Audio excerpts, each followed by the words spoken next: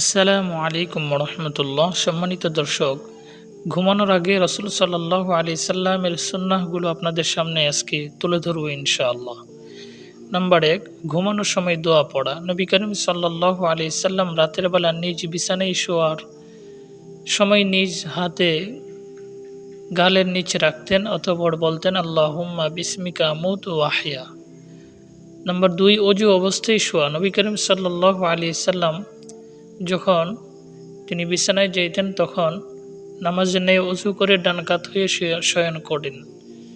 Number ৩, আয়াতুল কুরসি তেলাওয়াত করা।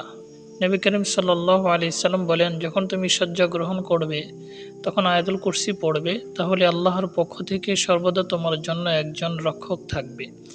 নাম্বার ৪, ঘুমানোর প্রয়োজনীয় প্রস্তুতি। নবী করিম সাল্লাল্লাহু আলাইহি সাল্লাম রাতে পানাহারের পাত্রগুলো ঢেকে রাখতে বলেন, ঘরের দরজাগুলো বন্ধ রাখতে বলেন, আর সন্ধ্যাবেলা তোমাদের বাচ্চাদের ঘর থেকে বের হতে দিও না, কারণ এই সময় জিনেরা ছড়িয়ে পড়ে এবং যে কোনো কিছুকে দ্রুত পাকড়াও করে। নাম্বার ৫, শোয়া স্থান নির্বাচনে সতর্কতা।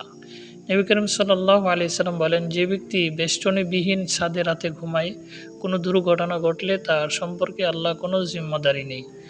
নাম্বার ৬, ঘুমের পূর্বে সূরা ইখলাস ও সূরা নাস ফালাক পড়া।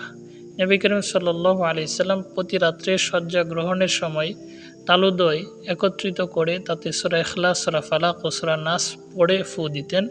অতঃপর হাত দ্বারা শরীরের যতদূর পর্যন্ত বোলানো সম্ভব হতো ততদূর পর্যন্ত বুলিয়ে দিতেন। নাম্বার ৬, অপ্রয়োজনীয় কথা থেকে বিরত থাকা।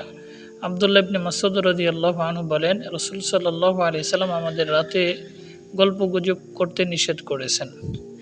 নাম্বার ৭, সূরা মুলক পাঠ করা। কোরআনে এমন একটি সূরা আছে যার মধ্যে ৩০টি আয়াত আছে যা তার পাঠকারী ব্যক্তির জন্য সুপারিশ করে।